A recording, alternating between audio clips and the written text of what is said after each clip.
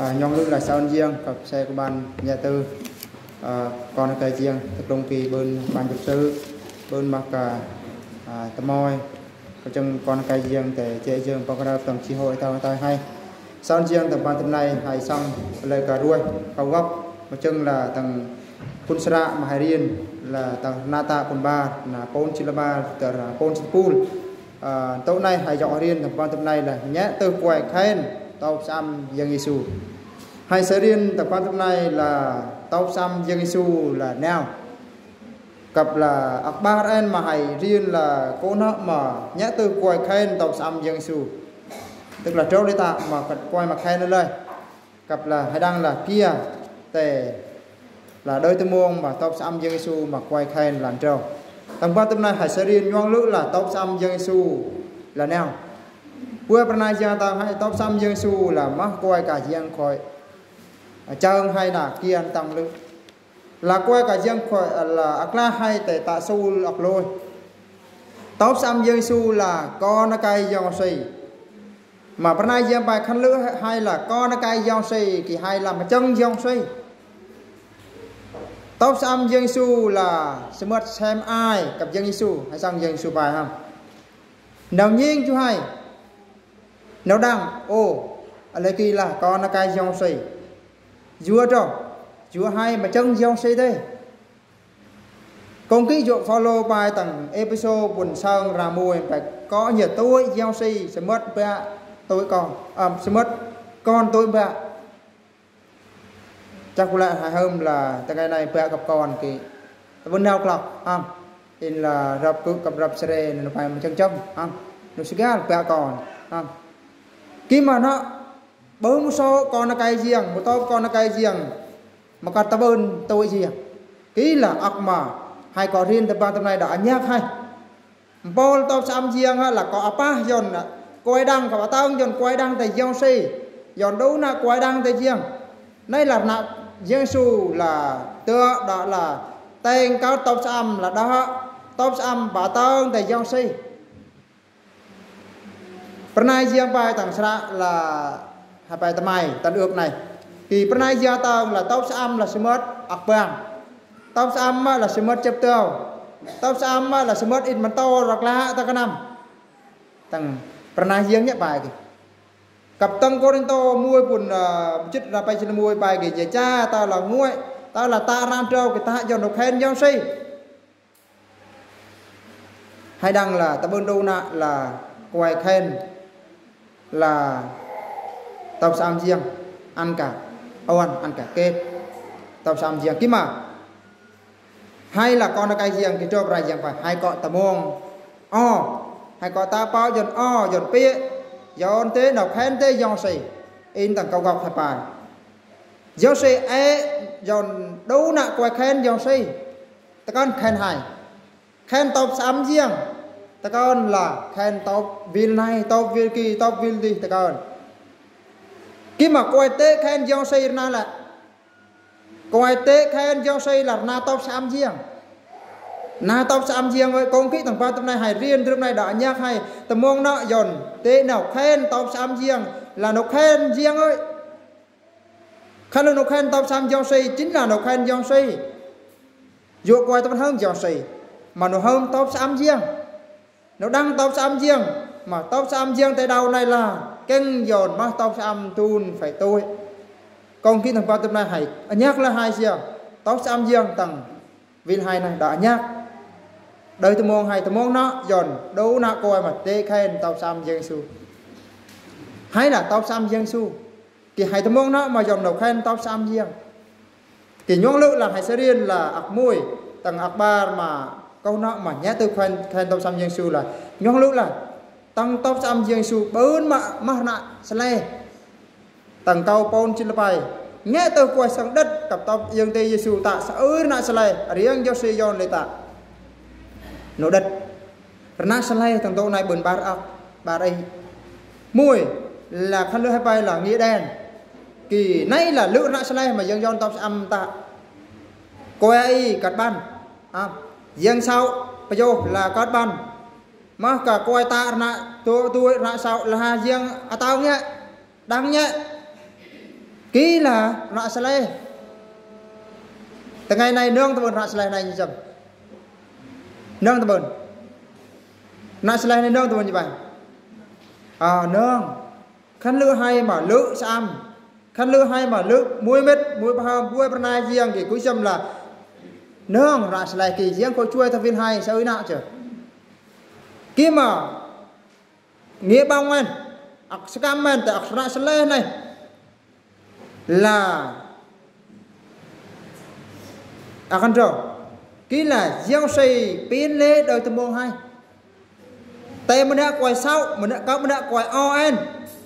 tay mình đã quay từ tuổi mà tao muốn từ tuổi nâng tay mình đã quay bull black mà tao muốn bull black nâng tay mình đã quay từ tao sân mua tao muốn tao sân mua nâng tay mình đã quay hay là clark ai khen ớt khen gieo xây tay mình đã quay hay là ở đây rôm riêng là hay có sarang rôm riêng anh nấy là nạ sale mà quay tao đây này nó nhìn chú hai nấu đất cái nào bạ kỳ hậu kỳ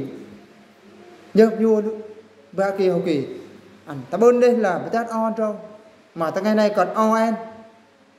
cô dâu là mình đã quay kiền xăm bởi xăm là nhà khu vực là xã thanh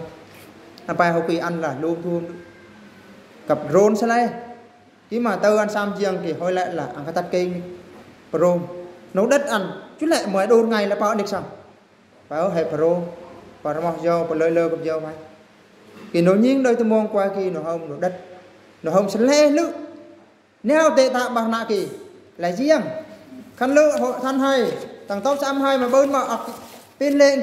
kỳ cứ xăm là nay là bằng nạ sẽ lê mà riêng tôm ta thằng đôi tôi mong đâu nạ hay mà quay cả vô đăng riêng nó hôm kì đâu khen tao xăm riêng xui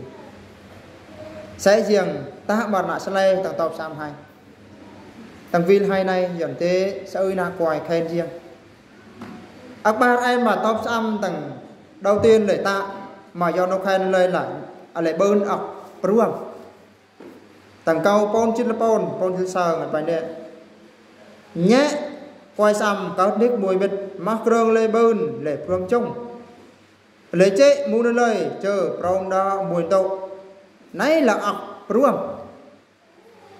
lấy ruộng nước mùi bịch mắc rương lê bơn kỷ lệ phương chung lấy đó mùi tụ nay là tao tại ọc rồi nay là tao tại ọc chiêu sang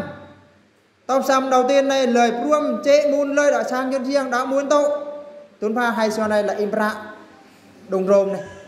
pra chi hội này pra điểm nhòm này kí là pra rồi pra hay trông mà đâu nào hay pruam đó muốn tụ lời tao xăm đầu tiên này để tao bốn ông pruam chiêu sang nhân riêng mà lời pruam ta na riêng nay giang tăng hay thằng Philippines ba ra bạt và có nhịp ruộng ta bên nơi ruộng mùi mít ruộng là vô ruộng nhé hay đang tàu xăm giang mà đạp ruộng để ta bên khay tao mũi đông sâu xong mà ta bên ruộng pi cặp con ba cặp con xem ai tôm ruộng mùi mít kia mà sao là tàu xăm giang vì sao ơi tao sao ơi màu sao ơi vil sao ơi coi lự gạt lự khi mà pernah riêng tao hay khăn lư hay mà lư coi là top xăm riêng su kì hai sẽ có mùi mít hai sẽ có mùi luông hai sẽ pruam vì hai là top xăm riêng su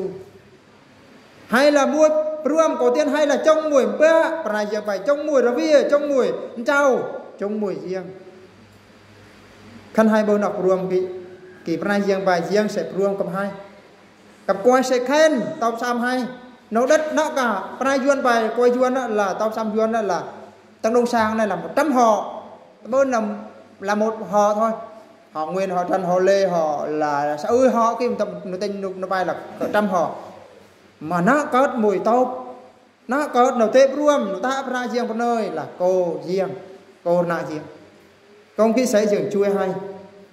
cái tao đô na hay thằng top xăm hay giờ hay bơ nọc ruộng muối mít ruộng cao xe prai giang bài thằng Matthew bùn xịt kê ruộng ta ra riêng ruộng chia sang dồn riêng thì na riêng tôi châm na riêng tôi châm ăn sẽ tớt cặp sơi nạ coi là khen tao xăm riêng ọc bay mà tao xăm riêng bơn là lấy tạ mà quay khen kỹ là lấy bơn ở chuối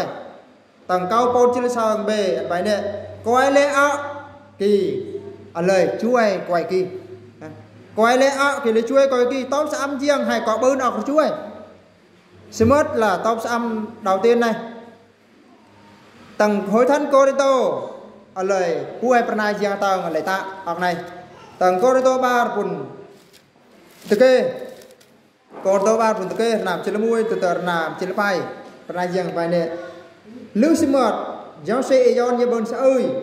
đó anh nhà tí chuối ơi thế cặp tớ hệ đơn pra cả anh nhà chuối qua cái đây lời sáu giáo sĩ cổ tè nhà chuối lời cái bên ba mươi có tè nọ chuối dầu mũi là nhà chuối qua cái đây ba là biết bao quay kỳ sẵn bôi áo để sáu giáo sĩ nãy như ta kỳ còn tích dọn quay đằng qua cái đằng anh nhà quay smart nghề Giêsu Christ ở riêng nhà khỏi bài chơi cái quay kỳ khen giao xây cặp lời sẵn bôi tê nhà chuối lời cặp chuối quay cái nào hờ thấy không mắt na hay ta nộp khen tao xăm riêng là nộp khen giao xây khăn lư hai mà bơn đọc chuối hai là chuối sẽ mai hai bò sẽ mai hai là ít con bò hai tu gạt khen tao xăm mà bơn đọc chuối kỳ lúc xí mật là nộp khen riêng nộp khen tao xăm riêng nay là apa cho hai lư bôi nghe riêng tóc xăm riêng kỳ ta bơn ông là hai bài là ô hội thanh sang đại diện hội thanh sang chuối mà mắt con là cây riêng tầng tóc xăm hay cả bơn đọc chuối và đại diện bài khăn lưu mùi nè con là cây riêng mà tôi bơn đọc chuối kì đâu nào sẽ bài ơi tóc xăm kì ta bơn đọc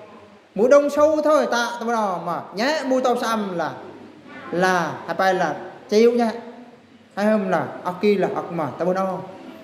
còn khi xây dựng yon hai tế bơn bít hầm do chuối chưa chuối ta mò chuối đâu na coi phải dầm bài khăn lư tê kỳ hai chuối nhá tôi coi khi mà nhoang lư là hai chuối tầng top xăm riêng hai mươi nè chuối nè hai bơn sơi kỳ hai chuối sơi phải dầm bài gieo xây dọc yon hai bơn sơi đào hai tê chuối sơi tê hai chuối mà quay can mai còn mui tăng từ ngày này cứ sang han phải bơn quay tê liêu ở đây tựa bên này đã xây hai chuối đây còn nào ở nhau thôi mà lấy bao chuyên tổ cả hơn đợi chuối của một tăng để tượng thấy chưa khi mà sẽ dừng yon hai bên biết phàm dọi chuối ta con ông là hai yon ở nhau xong mà hai yon bật tiền ra đã giờ tê bao chu đã tan là gì hai đang bên sau ươn tổ nó khó khăn hơn thế hai khi mà dừng yon hai bên đã hai chuối chưa aki là bồn cuồn luật ngư cặp này cho bài kỹ là hai đa môn hai thằng quân giao sinh mà nó sẽ khen hay cổ tiền nào hai ta in tầng rồi mày đuôi tôi kia ọc chuối là tê ọc còn cái gì tầng tóc xăm riêng hay có bơn còn kia hay phải bơn ọc chuối tôi lẽ bơn ọc tụ đây con tụ cả tóc xăm hay báo thấp hay bao chuối thấp hay black lơ thấp đã ba hai bơn biết phàm chuối ọc bao này mà tóc xăm tầng đầu tiên là bơn kia là ở lời bơn ọc sang tem giao xây cặp khen riêng hay đang là ăn bài thằng này cút ngay để prom bắt đầu sang tờ mà bàn tay lữ để khen do sỉ tóc xăm riêng là có sang tem riêng tớ khen riêng khi mà ta bơn ông là bắt đầu sang bài riêng bài cút ngay hay có khen do sỉ bài này riêng bài thằng sao khen một năm chít quên làm như sang tăng đông sâu quay tên đang ở bơn xương rồi xương triêu của bò ót khen cổ riêng chưa muông tăng đông sâu hay lữ hay ót khen riêng nụ sang ô tới đông sâu kỳ ót khen riêng khi mà chơi giòn tới đông sâu hay mà sang xương rồi xương lâu xương là xuân xương là nhiêm nó như chậm xương này thì nó khen giao xây từ bần chậm từ bần nó khen giao xây khăn nước đông sâu hay là đâu từ là cũng là ôn lịch xong lâu xuân lịch xong thì nó như chậm nó khen từ bần riêng ai hay phải ót khen giao xây bàn tay lữ khen giao xây tức là ta bơn ông có đông sang mà ngay ta đông sâu hay hải ở mới mà xương ót khen riêng mà hoặc là hải ót khen riêng khen hay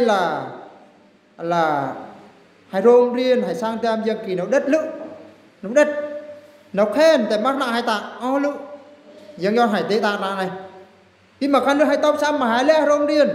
con là cái riêng mà ta bơn khen riêng thì nó khen ta bơn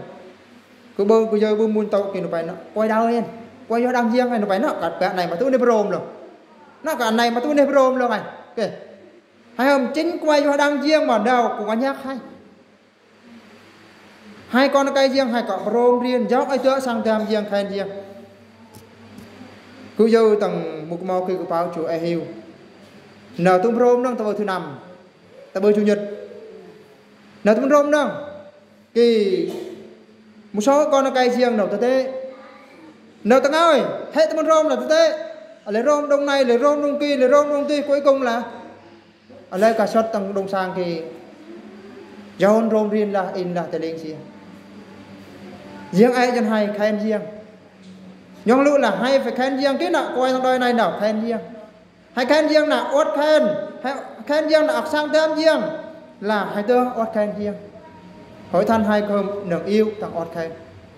hãy do bên mà đơn ca mà xong ca tặng ngày Việt này hãy tôn bên chuẩn bị ốt khen riêng khi mà riêng ai chân hay phải chuẩn bị để biết hơn đã ốt khen riêng hãy chuẩn bị là nhát ngư nhát hơ đã ốt khen riêng hay đang tớ bên này mà không hay tớ bên ta nhát ngư tớ bên khen giao xây cái mắt nạ hay ta là lập miệt hay tớ bên này đã khen riêng nếu nhiên chú hay tớ có đấu sang đồ khen nếu tê tạ mà là kỳ là tao xám riêng nằm tê tạ là kỳ khăn nữa hay tao bên tao xám riêng hay tớ thế tớ bên này khi mà hay là tao xám riêng Giêsu hay ta nó dọn đồ khen hay cặp ọc có xuất thăng mà đâu nạ hay có bờn tao xám riêng có bờn ký là ọc tôi tặng câu bôn chít bớt ăn phải nọ cú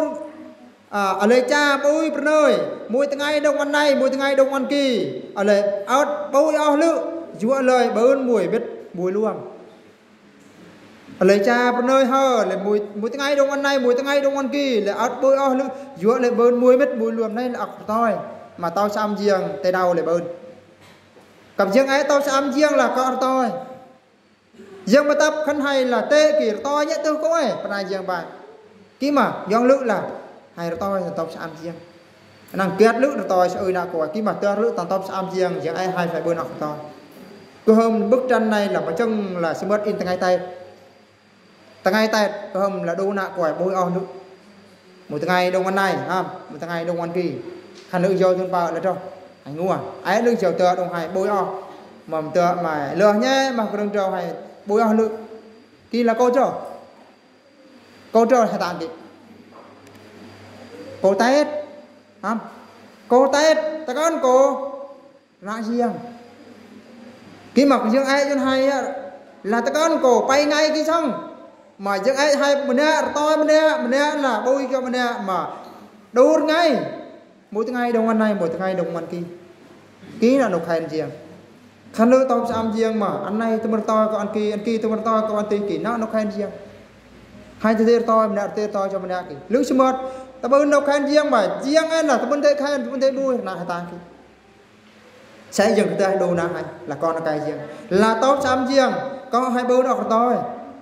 chờ coi lúc khen tao xăm riêng in cứ bài tôi là hay là biệt màu biệt to biệt đông hay tê to là cô riêng chui hai tê to là cô tiên riêng do hai bên ở cái vô ở tôi thì riêng còn cái xây dựng pin lê đồ na hay dọn hai bên ở tôi ớt bôi o nick ăn bài